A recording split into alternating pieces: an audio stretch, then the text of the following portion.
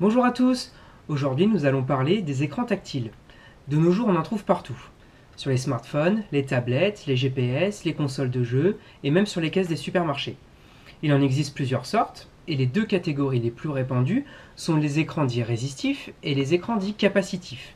Nous allons voir les avantages et les inconvénients de ces deux types d'écrans.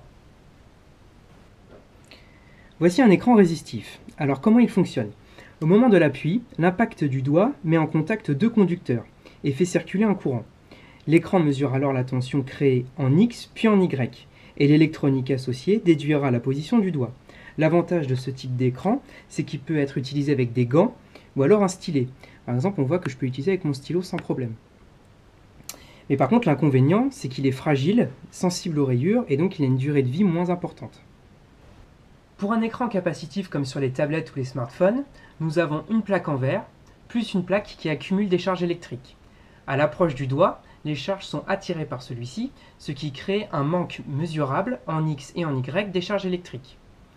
Donc l'avantage de ce type d'écran, c'est qu'il est plus résistant, il a une durée de vie plus longue et il a un meilleur rendu de couleur, c'est-à-dire 90% par rapport à 75% pour un écran résistif.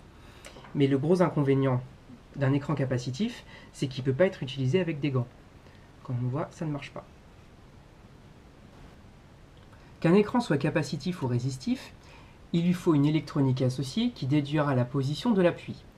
Chez Silis Électronique, nous utilisons ces écrans tactiles pour par exemple du paramétrage en laboratoire, des relevés de température pour chaudière ou encore du pesage industriel.